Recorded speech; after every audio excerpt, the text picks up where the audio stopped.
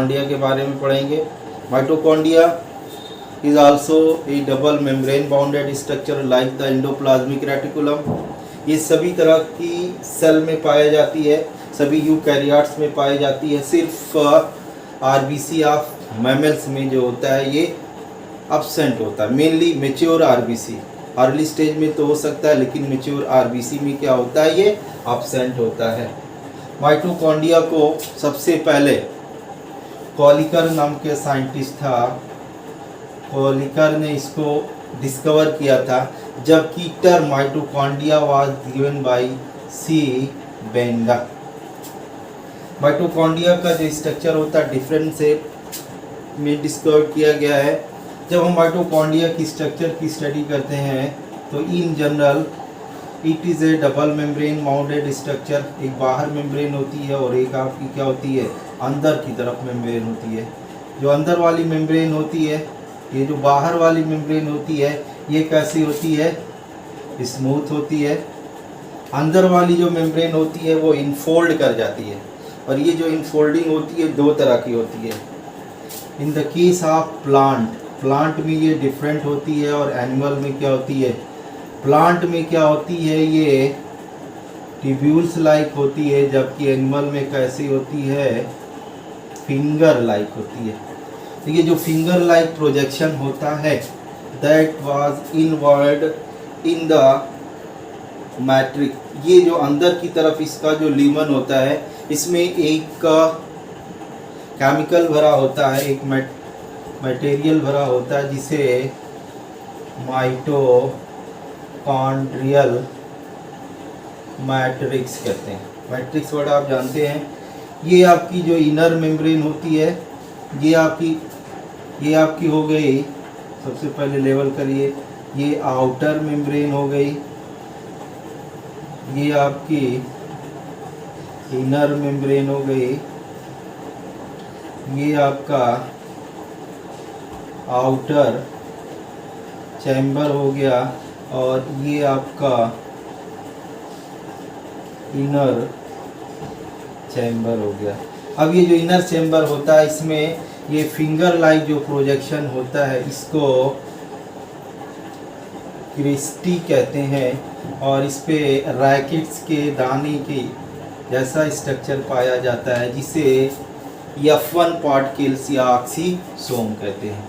This is called F1 particles या oxysome.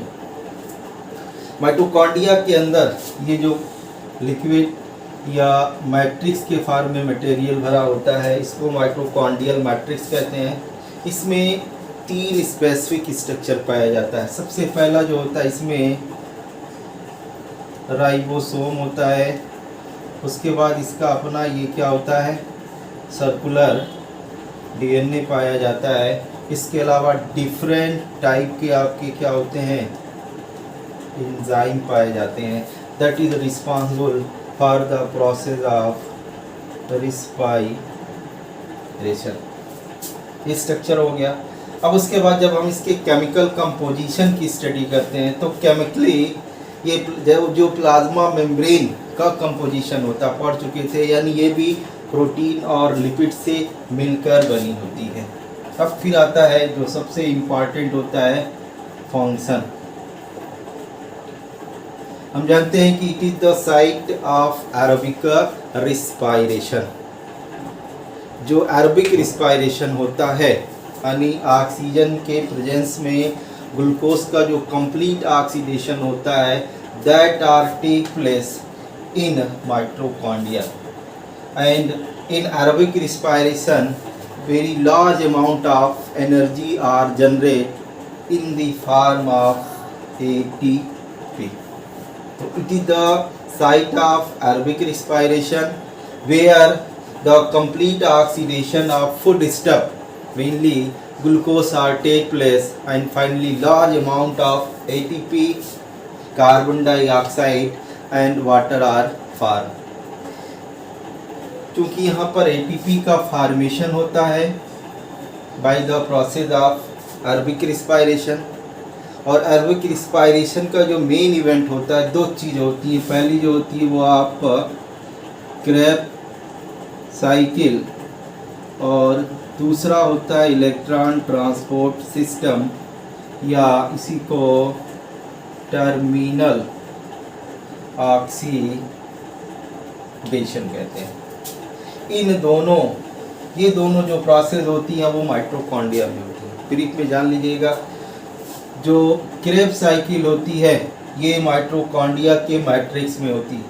It is a about 10 step process and each step are catalyzed by an specific enzyme।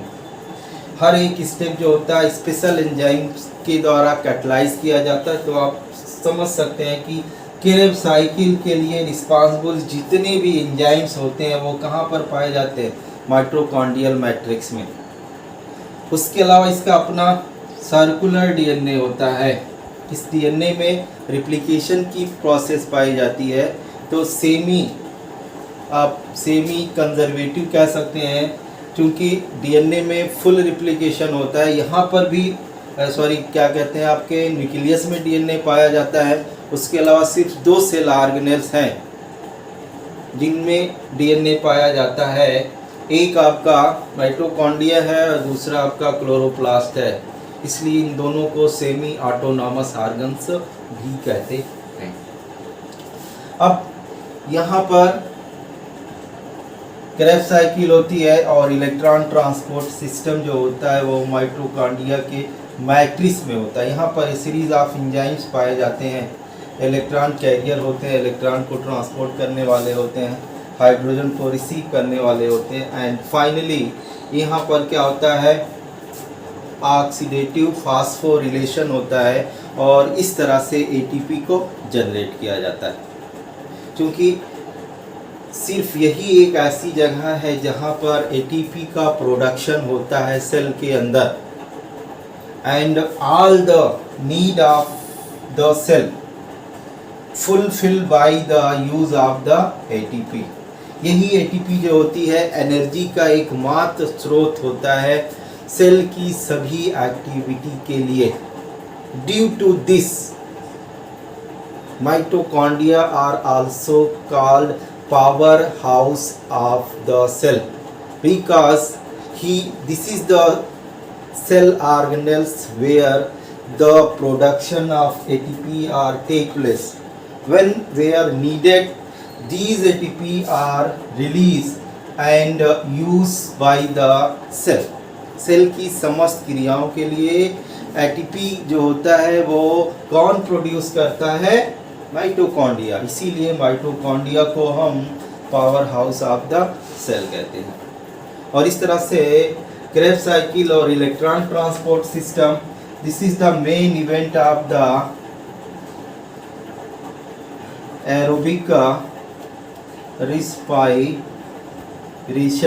and that are take place in the mitochondria.